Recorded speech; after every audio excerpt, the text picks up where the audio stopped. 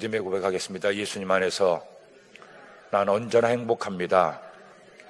예수님과 함께 기쁘고 즐겁게 삽니다. 이렇게 사는 우리 모두가 되기를 예수님의 이름으로 축원합니다. 하나님 말씀 열왕기하 6장 17절 말씀을 보도록 하겠습니다. 열왕기하 6장 17절 말씀입니다. 함께 하나님 말씀 읽겠습니다. 기도하여 이르되 야훼여 원하건대 그의 눈을 열어서 보게 하옵소서 하니 야훼께서 그 청년의 눈을 여심해 그가 보니 불말과 불병거가 산에 가득하여 엘리야를 들렸더라. 아멘.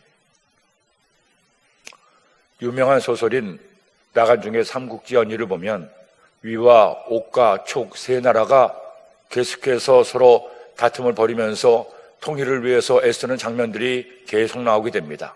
한 번은 위나라의 조조가 10만 대군을 이끌고 총나라의 유비를 기습 공격을 했습니다. 미처 전쟁에 대비하지 못한 총나라의 군대가 대패를 하고 급기야는 유비가 자신의 신하들을 데리고 가족들 데리고 피신하게 됐습니다. 하지만 피신하다가 결국 위나라의 군대에게 유비의 처와 아이들을 포로로 사로잡히고 말았습니다.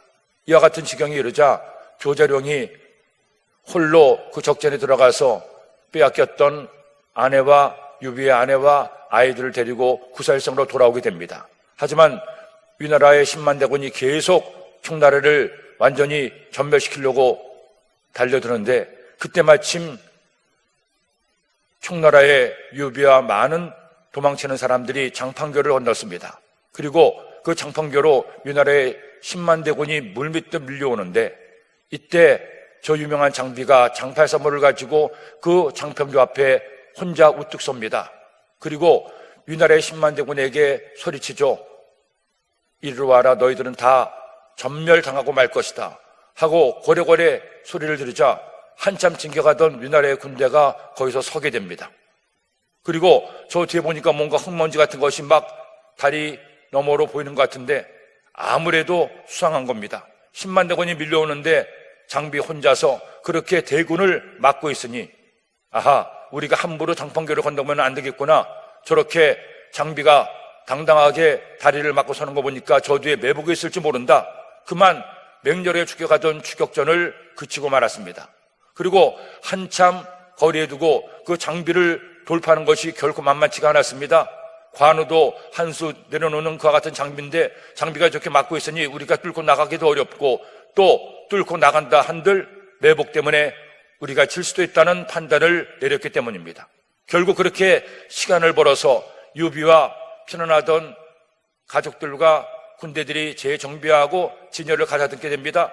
그리고 이어서 장비가 장판교를 불에 태워 끊어버리고 다시 전쟁은 소강 상태에 들어간다는 내용입니다. 저 유명한 장비의 장판교 전투를 나간중이 생생하게 실감나게 그 책을 통해 보여주고 있었습니다. 제가 굳이 오늘 말씀의 서두에서 이 장판교에 있던 장비 이야기를 하는 것은 아람 군대에 둘러싸였고 아람과의 전쟁을 치르는 이 북이스라엘 왕국에 마치 엘리사가 장판교 위에 서 있던 장비와 같다는 생각이 들었기 때문입니다. 북이스라엘 왕국이 아람과의 전쟁에서 제대로 전쟁을 대비하지도 못하고 숱한 패배 위기를 만나게 됩니다. 그때마다 하나님께서 함께 하시는 엘리사가 그 수많은 아람 군대를 단기로 맞서고 마침내 전쟁을 승리로 이끌어가는 놀라운 장면을 말씀을 통해 보게 됩니다. 어떻게 엘리사가 장비처럼 엄청난 무기를 가진 것도 아니고 빼어난 용맹을 가진 것도 아닌데 아람 군대를 물리칠 수가 있었습니까? 엘리사에게는 믿는 구속이 있었기 때문입니다. 바로 야훼 하나님이십니다. 엘리사가 하나님의 선자로서 하나님을 믿고 하나님을 의지했을 때 그 믿음을 통해서 하나님께서 그와 함께 하셨고 그의 편이 되어 주셨고 엘리사 한 사람을 통해 하나님의 놀라운 승리를 이스라엘에게 허락해 준 겁니다. 더구나 당시 북이스라엘 왕국을 대표하는 왕은 여호람 왕이었습니다. 아합의 뒤를 이어서 아시아가 또 그 형제였던 여호람이 계속 왕이 되면서 그들은 계속해서 하나님을 떠나 우상을 숭배하고 하나님께서 미워하시는 죄 가운데 살아갑니다. 왕을 봐서는 도저히 북이스라엘 왕국을 살려줄 가치가 없습니다. 그런데도 하나님께서 아람과의 전쟁에서 승리하게 하시는 이유는 오직 하나, 하나님을 경외하고 하나님을 의지하고 하나님을 신뢰했던 엘리사가 있었기 때문입니다. 여러분, 눈에 보이는 게 전부가 아닙니다. 오히려 더 중요한 것들은 눈에 보이지 않은 것이 많음을 우리는 알 수가 있습니다. 그러므로 우리가 예수님 믿으면서 한평생 살아갈 동안에 무엇을 믿으며 살아야 됩니까? 말 그대로 예수님을 믿으며 살아야 됩니다. 말 그대로 하나님을 믿으며 살아야 됩니다. 날마다 믿음 이야기를 하고 믿음에 관한 말씀을 듣고 나도 주님을 믿는다고 고백하지만 정말로 내가 하나님을 믿는지, 엘리사처럼 엘리야처럼 하나님을 절대적으로 믿는지, 진짜로 우리가 하나님을 믿으면 걱정할 게 없어요. 우리가 하나님을 온전히 믿으면 염려할 것이 하나도 없습니다. 왜? 하나님은 우리의 앉고 서는 것을 아시고 우리가 행하는 모든 말과 생각, 행동을 다 아시고 보시기 때문에 하나님을 믿는 만큼 하나님은 우리를 맡아주시고 우리를 위해 일하시고 싸우시기 때문입니다. 자, 오늘 이 아람과의 전쟁의 기사를 통해서 우리가 어떻게 하나님을 믿어야 될지 함께 말씀을 나누도록 하겠습니다. 먼저 오늘 6장 1절에 7절 말씀 배우니 전쟁이 이르기 전에 엘리사가 또 하나의 기적을 행하는 것을 보게 됩니다. 쇠도끼를 찾게 됩니다. 1절로 4절 말씀을 읽겠습니다. 선자의 제자들이 엘리사에게 이르되 보소서, 우리가 당신과 함께 거주하는 이곳이 우리에게는 좁으니 우리가 요단으로 가서 거기서 각각 한 제목을 가져다가 그곳에 우리가 거주할 초소를 세우시이다 하니 엘리사가 이르되 가라 하는지라. 그 하나가 이르되 청하건대 당신도 종들과 함께 하소서 하니 엘리사가 이르되 내가 가리라 하고 드디어 그들과 함께 가니라. 무리가 요단에 이르러 나무를 베더니, 이미 엘리야 시대의 엘리야가 선지자 학교를 세웠습니다. 왜 선지자 학교를 세웠느냐 하면 아합 그 이세벨이 하나님을 떠나고 바알과 아사랴를 숭배합니다. 심지어 국가적으로 바알과 아사랴를 섬기는 그 우상의 선지자들을 양성해서 그들을 데리고 국정을 논의하게 됩니다. 그러니 그들이 대항할 세력이 필요했습니다. 그래서 엘리야가 수많은 사람들이 하나님을 떠나고 하나님을 잊어버린 그 북이스라엘 왕국에서 선지자 학교를 세워서 하나님의 사람들을 양성하고 공부시키고 있었던 겁니다. 그런데 이 엘리사 시대의 그 선지자 학교, 요즘으로 말하면 신학교가 너무나 숙소가 좁아서 숙소를 짓기 위해서 나무를 베려 요단강가로 가게 된 겁니다. 엘리사도 그들의 요청에 따라 함께 가게 됐습니다. 그런데 거기서 문제가 생겼습니다. 5절 말씀 읽겠습니다. 한 사람이 나무를 벨 때에 새도끼가 물에 떨어진지라. 이에 외쳐 이르되 아, 내 주여, 이는 빌려온 것이니이다 하니, 새도끼를 가지고 나무를 베다가 그만 손에서 놓쳐가지고 강물에 빠졌습니다. 그러니 새도끼니까 강물에 가라앉지 않겠습니까? 더구나 그렇게 도끼를 물에 빠뜨린 사람이 소리를 칩니다. 이거 빌려온 건데 큰일 났습니다. 갚을 능력도 없는데 어떻게 하면 좋을지 모르겠습니다 하고 외치니까 엘리사가 물에 빠진 새도끼를 찾아주는 내용이 말씀에 나오죠. 6절로 7절 말씀. 하나님의 사람이 이르되 어디 빠졌느냐 하매 그것을 보이는지라. 엘리사가 나뭇가지를 베어 물에 던져 새도끼를 떠오르게 하고 이르되 너는 그것을 집으라 하니 그 사람이 손을 내밀어 그것을 집으니라. 새도끼가 물에 빠져서 어쩔 줄 모르고 있던 사람에게 어느 쪽으로 빠졌느냐 하니까 이쪽으로 빠졌습니다 하고 빠뜨린 사람이 얘기합니다. 이때 엘리사가 그곳에 나뭇가지를 하나 던지니까 세상에 물에 빠졌던 새도끼가 물 위로 떠오르는 겁니다. 여러분, 새가 떠오를 수가 있습니까? 기가 막히잖아요. 하나님께서 원하시면 새도 물에 떠오르게 된다는 겁니다.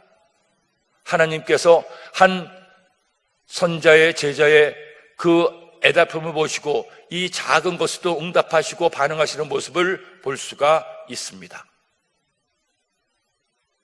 요한복음에 보면 모두 예수님이 행하신 7가지의 기적이 나옵니다.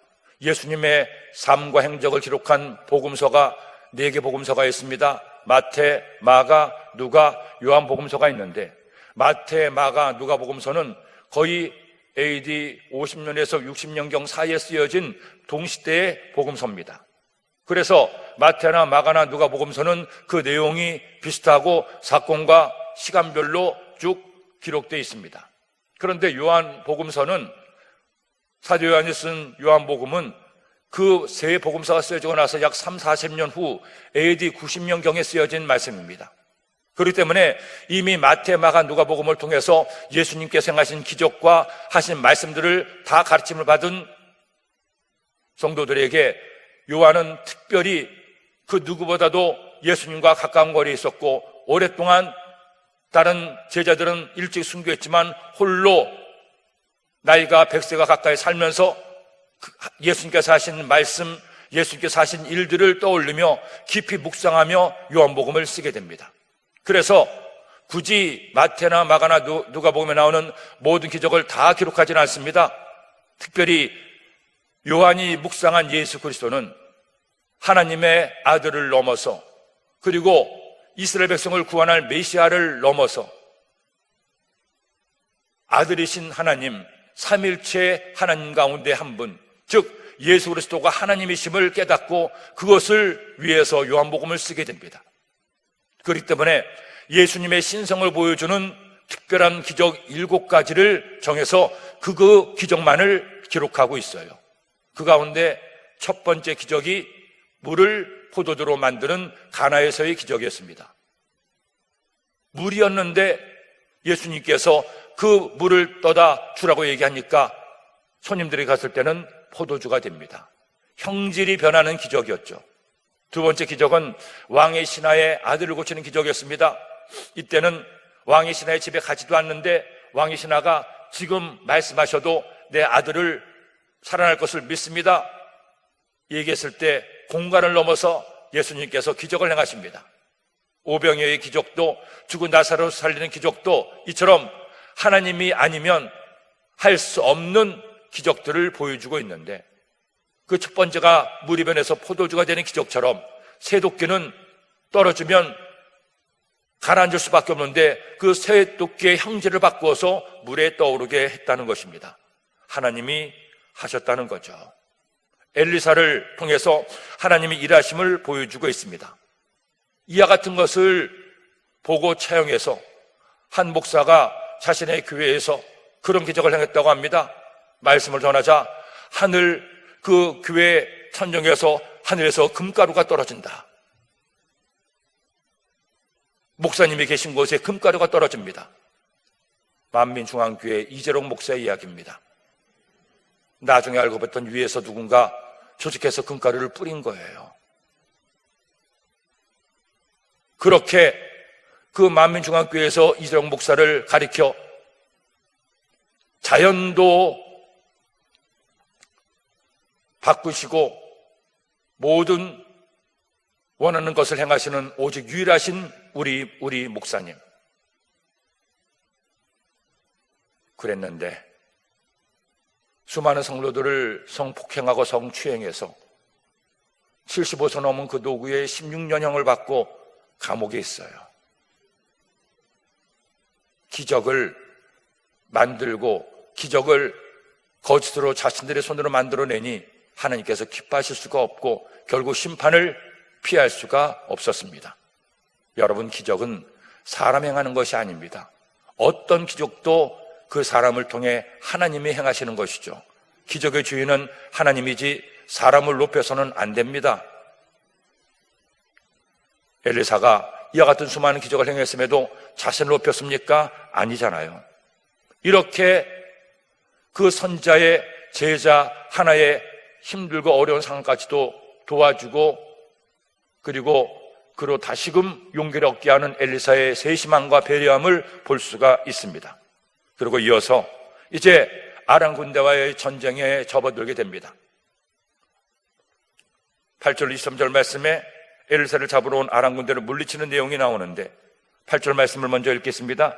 그때 아람 왕이 이스라엘과 더불어 싸우며 그의 신복들과 언어나 이르기를 우리가 아무데 진을 치리라 하였더니, 어제도 말씀드린 것처럼 아람과 이스라엘은 언제나 서로 진영을 맞대고 싸우는 불구대천의 원수였습니다.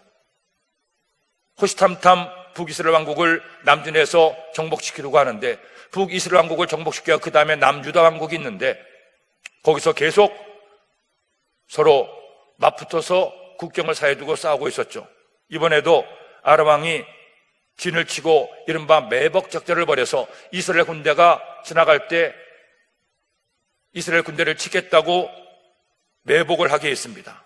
그런데 그렇게 매복을 할 때마다 기가 막히게 북이스라엘 군대가 알고 그 매복한 아람 군대를 치고, 그래서 매복이 수포로 돌아가게 됩니다. 9절로 10절 말씀, 하나님의 사람이 이스라엘 왕에게 보내 이르되 왕은 삼가 아무 곳으로 지나가지 마소서, 아람 사람이 그곳으로 나이다 하는지라. 이스라엘 왕이 하나님의 사람이 저에게 말하여 경계한 곳으로 사람을 보내 방비하기가 한두 번이 아닌지라. 이 이스라엘 왕과 엘리사를 보면 그야말로 애증의 관계입니다.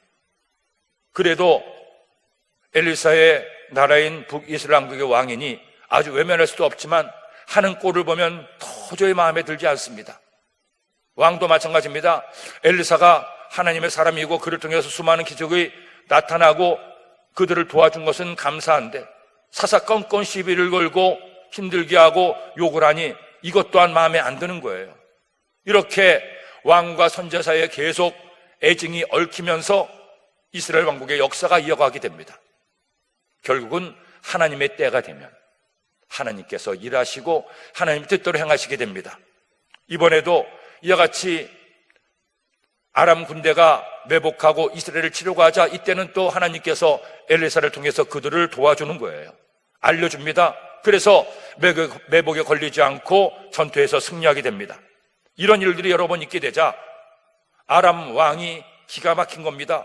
어떻게 우리가 매복하면 이스라엘 왕이 저렇게 알아낼 수 있냐? 이건 분명히 우리 안에 스파이가 있는 거다, 첩자가 있는 거다, 그 스파이를 찾아내야 된다 하고 얘기를 하자 아람 왕의 신하들이 이렇게 반응을 하죠.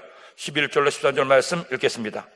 이러므로 아람 왕의 마음이 불안하여 그 신복들을 불러 이르되 우리 중에 누가 이스라엘 왕과 내통하는 것을 내게 말하지 아니하느냐 하니, 그 신복 중에 한 사람이 이르되 우리 주 왕이여 아니로소이다. 오직 이스라엘 선지자 엘리사가 왕이 침실에서 하신 말씀을 이스라엘의 왕에게 고하나이다 하는지라. 왕이 이르되 너희는 가서 엘리사가 어디 있나 보라. 내가 사람을 보내어 그를 잡으리라. 왕에게 하려 이르되 보라 그가 도단에 있도다 하나이다. 아람 왕이 우리 가운데 첩자가 있으니 첩자를 찾아내자 하자 왕의 신복들도 엘리사를 알아주는 겁니다. 우리 안에 첩자가 있는 것이 아니라 엘리사가 첩자입니다. 엘리사는 그가 믿는 하나님의 말을 받아서 왕 당신이 침실에서 하는 말조차도 다 듣고 이스라엘 왕에게 얘기합니다. 그러니 우리가 문제가 아니라 엘리사가 문제입니다. 엘리사가 우리의 첩자입니다 하고 얘기를 하니까 이 아람 왕 베나닷도 그것을 인정하는 거죠. 그래, 엘리사가 문제다. 저 북이스라엘 왕국의 제갈 본명인 이 엘리사를 잡아야겠다 하고 엘리사가 있는 도단에 군대를 보냅니다. 14절로 15절 말씀, 왕이 이에 말과 병거와 많은 군사를 보내매 그들이 밤에 가서 그 성읍을 에워쌌더라. 하나님의 사람의 사환이 일찍 일어나서 나가보니 군사와 말과 병거와 성읍을 에워쌌는지라. 그의 사환이 엘리사에게 말하되 아하 내 주여 우리가 어찌하리까 하니. 아람 왕이 수도 사마리아를 공격한 것이 아니라 엘리사가 있는 도단성을 공격해서 도단을 포위하게 됩니다. 수많은 군대가 성을 포기하는 것을 엘리사의 사환 게하시가 일찍 일어나고 보고 깜짝 놀랐습니다. 이거 큰일 났다, 우리 다 죽었다, 아람 군대가 우리 주인 엘리사를 잡으러 왔구나 하고는 엘리사에게 얘기하죠. 내 주여 우리가 어찌하리까? 큰일 났습니다. 우리는 이제 죽을 지경에 빠졌습니다. 저 아람 군대가 우리를 죽이려고 이처럼 성을 포위하고 있습니다. 이거 보면 게하시가 나만을 뒤를 따라가서 엘리사를 속이고 은도 옷도 가져오지 않았습니까? 그래서 하나님께서 징계하셔서 그로 나병 환자가 되겠는데, 그래도 이 엘리사도 참 무던합니다. 그 게하시를 계속 등용하고 게하시를 쓰는 엘리사를 보게 됩니다. 이후로도 계속 하나님께서 이 엘리사에게 게하시를 붙여주시고 엘리사를 수종들게 합니다.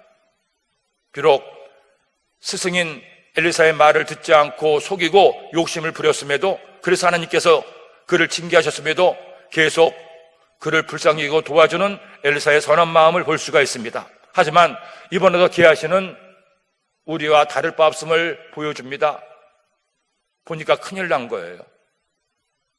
아람 군대가 우리를 죽이려고 저렇게 성을 에워싸고 있습니다. 그만 욕심과 함께 두려움이 있는 게하시를 보게 되죠. 사실 이것은 게하시만의 얘기가 아니라 우리네 보통 사람들도 살면서 이런저런 어려움과 위기를 만날 때 두려워하고 염려하는 것은 당연한 것이기도 합니다. 하지만 하나님을 믿는다면, 우리가 천지 만물을 창조하시고 나의 창조자가 되시고 나의 구원자가 되시고 나와 함께 동행하시는 주님을 믿는다면, 여러분, 사실은 우리 그리스도인들은 그렇게 두려워해서는 안 됩니다. 염려하거나 걱정해서는 안 됩니다. 아무리 고난의 파도가 나를 향해 밀려와도, 이런저런 문제거리가 나를 염려하게 하고 두렵게 해도 두려울 필요가 없는 것은 하나님이 우리와 함께 하시기 때문입니다. 그렇기 때문에 성경 말씀을 통해서 하나님께서 계속 하시는 말씀이 뭡니까? 모세에게도 여호수아에게도 다윗에게도 오늘에 사는 우리에게도 이 말씀을 통해 항상 하는 말씀, 두려워하지 말라, 내가 너와 함께함이니라. 놀라지 말라, 나는 내 하나님이 됨이니라. 내가 너를 도와주리라. 내가 너를 굳세게 하리라. 참으로 나의 의로운 오른손으로 너를 붙들어 주리라. 여호수아야, 강하고 담대하라. 두려워하지 말며 놀라지 말라. 내가 어디로 가든지 내가 너와 함께 하느니라. 하나님의 말씀은 언제나 변함이 없습니다. 내가 너와 함께하니 두려워하지 말라. 나를 믿고 나를 의지하라는 겁니다. 요즘 뉴스들을 보면 참 안타까워요. 벌써 4달째 코로나19 바이러스로 인해서 국민들이 큰 어려움에 처해 있고 일상생활을 하지 못하고 일부 업종은 거의 폐업의 위기에 몰려있는 어려움이 계속 이어지고 있습니다. 물론 이해는 하죠. 더 이상 바이러스가 확산되지 않기 위해서 백성들이 경각심을 가지고 해서 국민들이 좀 더 조심하게 하기 위해서 그렇게 뉴스가 순기능적인 측면에서 얘기하는 것도 있습니다. 하지만 어느 때 보면 너무너무 오버해요. 그렇게까지 할 필요는 없는데, 우리가 철저하게 방역 지침을 지키고 마스크를 쓰고 손도 잘 씻고 식사 같은 거 할 때도 조심해서 하고 이렇게 조심해서 하면 충분히 막을 수 있는데, 그렇게 하지 않는 사람들을 질타하고 경고하는 것은 당연하겠지만, 그런 사람들로 인해서 전체 국민이 다 마치 그런 것처럼, 이러다가 큰일이 날 것처럼 두려움을 조장한다는 생각을 할 때가 여러 번 있었습니다. 계속해서 방역당국에서도 조심을 하고 있고 주의를 하고 있고, 우리도 방역 지침을 지킬 것을 잘 지켜야 되겠죠. 그렇다고 해서 이것 때문에 우리가 다 죽을 것처럼 그렇게 두려움을 조장할 필요가 없다는 겁니다. 물론 언론에서는 뉴스거리를 만들기 위해서, 그래야 사람들이 보니까 그렇게 할 수도 있겠지만, 여러분, 다시 한번 말씀을 드리지만 이 코로나19 바이러스로 인해서 우리가 두려움에 찌든 채 염려하고 모든 것을 다 포기할 필요가 없어요. 방역당국의 지침에 따라서 우리가 지킬 것은 꼭 지키고 주의할 것은 주의하되, 우리가 이 모든 것도 하나님의 손길 하에 있음을 기억하고 하나하나 우리가 할 바를 다 해나갈 때 일상이 회복되고 하나님 은혜가 새롭게 우리 가운데 있게 될 줄로 믿습니다. 결국 주님 믿으면서 우리가 꼭 가져야 될 중요한 삶의 태도는 담대함입니다. 하나님을 믿고 하나님을 의지한다면 두려워하거나 염려할 필요가 없습니다. 이 게하시처럼, 상한처럼 내 주여 어찌하리까, 우리 큰일 났습니다, 큰일 났습니다, 정말 큰일도 아닌데 큰일 났다고 얘기했다가 많잖아요. 들어보면 전혀 큰일이 아닌데, 별거 아닌데 왜? 그렇게 두려움을 안겨주는 건데, 여러분, 두려움은 하나님의 것이 아닙니다. 하나님은 우리에게 두려워하라고 한 번도 말씀하지 않습니다. 두려워 말고 나를 믿고 의지하라고 말씀하죠. 자, 이렇게 두려워하자 엘리사가 어떻게 반응합니까? 16절로 17절 말씀 읽겠습니다. 대답하되 두려워하지 말라. 우리와 함께한 자가 그들과 함께한 자보다 많으니라 하고 기도하여 이르되 야훼여 원하건대 그의 눈을 열어서 보게 하옵소서 하니 야훼께서 그 청년의 눈을 여심해 그가 보니 불말과 불병거가 산에 가득하여 엘리야를 들렸더라.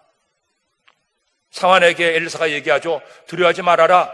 너는 내 눈에 보이는 것만을 보지 나는 보이지 않는 것도 본다. 아람 군대보다 우리와 함께한 군대가 더 많다 하고는 그 사환을 위해서 하나님께 기도하는 겁니다. 하나님, 사환의 눈을 열어주셔서 우리를 지키는 하나님의 군대를 보여주옵소서. 기도하니까 하나님께서 그의 눈을 열어주시니 불말과 불병거가 산에 가득해서 엘리야를 보호하고 지켜주고 있는 거예요. 눈에 보이는 게 다가 아니라는 겁니다. 정규 목사님께서 한 번은 전기에 대해서 얘기하면서 일상생활이 이제는 문명화되고 현대화돼서 전기가 없으면 살 수 없는 시대가 됐는데 전기가 눈으로 보이느냐? 근데 보이지 않는 전기가 모든 사람의 생활을 좌지우지하는 것처럼 성령님도 마치 전기와 같이 보이지 않는 분이지만 성령께서 우리 가운데 오셔서 모든 일을 행하신다 하는 뜻으로 말씀을 전한 적이 있었습니다. 그때 그 말씀을 전하면서 그래, 일리가 있네.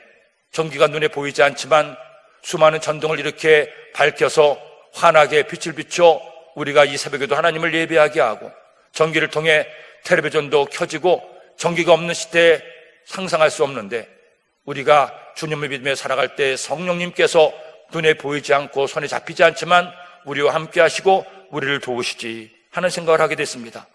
그렇잖아요. 눈에 보이는 것도 있지만 눈에 보이지 않는 것들이 얼마나 많습니까? 공기가 눈에 보입니까? 태양을 우리가 손으로 잡을 수가 있습니까? 태양빛을 안 되잖아요. 코로나19 바이러스로 어려움을 겪고 있지만 바이러스가 눈에 보입니까? 안 보이잖아요. 근데도 엄연히 존재하는데 이 우주 만물을 창조하시고 이 지구를 푸른 지구를 만드신 하나님이 보이지 않는다고 하나님의 계심을 믿지 못한다면 참 어불성설이고 말이 안 되는데 영의 눈이 닫혀있기 때문에 기아시처럼 볼 수가 없고 믿을 수가 없는 것이죠. 자, 이렇게 사환에게 하나님께서 함께 하심을 보여준 엘리사가 아람 군대를 사마리아 성으로 데리고 갑니다. 18절 20절 말씀. 아람 사람이 엘리사에게 내려오매 엘리사가 야훼께 기도하여 이르되 원하건대 저 물의 눈을 어둡게 하옵소서 하매 엘리사의 말대로 그들의 눈을 어둡게 하신지라. 엘리사가 그들에게 이르되 이는 그 길이 아니요 이는 그 성읍도 아니니 나를 따라오라. 내가 너희를 인도하여 너희가 찾는 사람에게로 나아가리라 하고 그들을 인도하여 사마리아에 이르니라.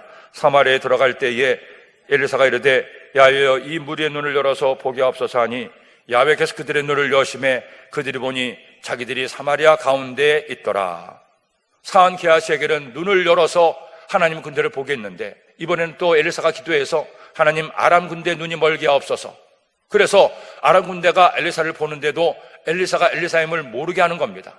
그리고 그들에게 말하죠. 당신들 지금 잘못 가고 있습니다. 당신들이 찾는 엘리사가 있는 곳으로 내가 인도하겠습니다. 자기들을 도와주겠다고 하니까 아람 군대도 알았다고 우리를 도와달라고 해서 엘리사가 있는 곳으로 인도를 하는 겁니다. 기가 막히죠. 근데 어디로 데려갑니까? 사마리아 성으로 북이스라엘 왕국의 수도로 데려갑니다. 그래서 눈이 어두워져서 그것이 어딘지도 모르고 그들을 향해서 겨누고 있는 이스라엘 군대의 창도 못 보고 그들은 사마리아 성 안에 들어가서 이스라엘 군대에게 포위를 당하게 되는 겁니다. 그리고 비로소 아람 군대의 눈을 열게 하니 눈을 열어보니 그들이 포위를 당하고 있습니다. 이때 21절 23절 말씀 그들의 반응을 보겠습니다. 이스라엘 왕이 그들을 보고 엘리사에게 이르되 내 아버지여 내가 치리이까 하니 대답하되 치지 마소서. 칼과 활로 사로잡은 자인들 어찌 치리이까. 떡과 물을 그들 앞에 두어 먹고 마시게 하고 그들의 주인에게로 돌려보내 수사하는지라. 왕이 위하여 음식을 많이 베풀고 그들이 먹고 마심에 놓아 보내니 그들이 그들의 주인에게로 돌아가니라. 이로부터 아람 군사의 부대가 다시는 이스라엘 땅에 들어오지 못하니라. 이스라엘 왕이 포위한 저들을 죽일까요? 하고 물어보는데 내 아버지요 아버지요. 또 이때는 또 아주 사이가 좋아요. 그렇게 엘리사에게 물어보니까 엘리사가 아닙니다. 저들을 죽일 때가 아니고 저들을 회유할 때라고. 아직 전쟁의 준비가 되지 않았기 때문에 하나님의 때가 안 됐기 때문에 그들을 해치지 말라고 오히려 먹을 것을 줘서 그냥 풀어주게 됩니다. 그래서 한동안 또 평화가 오게 되는 거죠. 하지만 그것으로 끝난 것이 아닙니다.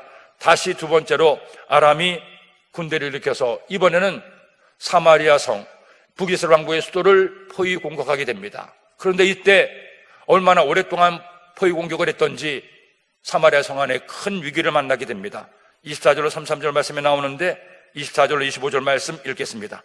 이후에 아람 왕 베나닷이 그의 온 군대를 모아 올라와서 사마리아를 에워싸니 아람 사람이 사마리아를 에워싸므로 성중이 크게 줄여서 나귀머리 하나에 은 80세겔이요 비댕기 똥 4분의 1갑에 은 5세겔이라 하니, 사마리아가 아람 군대 둘러싸여 포위를 당하자 물자가 들어가질 못합니다. 성 안에 먹을 것이 떨어집니다. 급기야는 물가가 치솟을대로 치솟아서 나귀머리 하나가 은 80세겔, 80세겔이면 약 950g, 1kg 정도가 됩니다. 나귀머리 하나에 은 1kg의 값을 치러야 살 수가 있고, 비둘기똥을 왜 사는지 모르겠지만 아마 연료로 사용할 것 같습니다.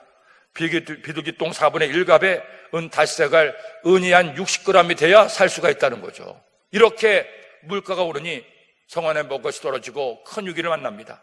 심지어는 이런 일이 일어났습니다. 26절로 30절 말씀 읽겠습니다. 이스라엘 왕이 성위로 지나갈 때에 한 여인이 외쳐 이르되 나의 주 왕이여 도우소서. 왕이 이르되 야훼께서 너를 돕지 아니하시면 내가 무엇으로 너를 도우랴? 타작마당으로 말미암아 하겠느냐? 포도주 틀로 말미암아 하겠느냐? 하니라. 또 이르되 무슨 일이 아니? 여인이 대답하여 이 여인이 내게 이르기를 내 아들을 내놓아라. 우리가 오늘 먹고 내일은 내 아들을 먹자 하며 우리가 드디어 내 아들을 삶아 먹었더니 이튿날에 내가 그 여인에게 이르되 내 아들을 내놓아라. 우리가 먹으리라 하나 그가 그의 아들을 숨겼나이다 하는지라.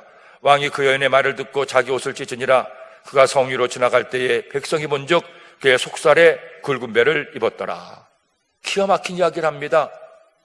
우리가 먹을 것이 다 떨어져 이제 더 이상 살아남을 수 없어서 한 여인의 아들을 먼저 잡아먹고 이 아들을 먹은 다음에 다음 날은 너의 아들을 먹자고 얘기해서 아들을 내달라고 하는데 내 아들을 먹어버리고 자기 아들은 숨겼습니다. 저 여인의 아들도 찾아내서 먹게 하소서. 얼마나 먹을 것이 떨어지면 아들을 잡아먹습니까? 왕의 마음이 찢어지는 거예요. 그런데 이때 이 이스라엘 왕이 어떻게 반응합니까? 자기 탓을 하고 하나님을 떠나 우상을 숭배한 자신을 탓해야 되는데 남 탓하죠. 31절 말씀, 왕이 이르되 사밧의 아들 엘리사의 머리가 오늘 그 몸에 묻어 있으면 하나님은 내게 벌 위에 벌을 내리실지로다 하니라. 이 여호람 왕은 엘리사를 탓합니다. 엘리사 때문이다. 그리고 심지어 32절로 33절 말씀하면 하나님 탓이다. 하나님께서 이렇게 아들을 잡아먹는 지경에 이렇게까지 우리를 내몰았다. 그야말로 내로남불이라고, 내가 하면 로맨스고 남이 하면 불륜입니다.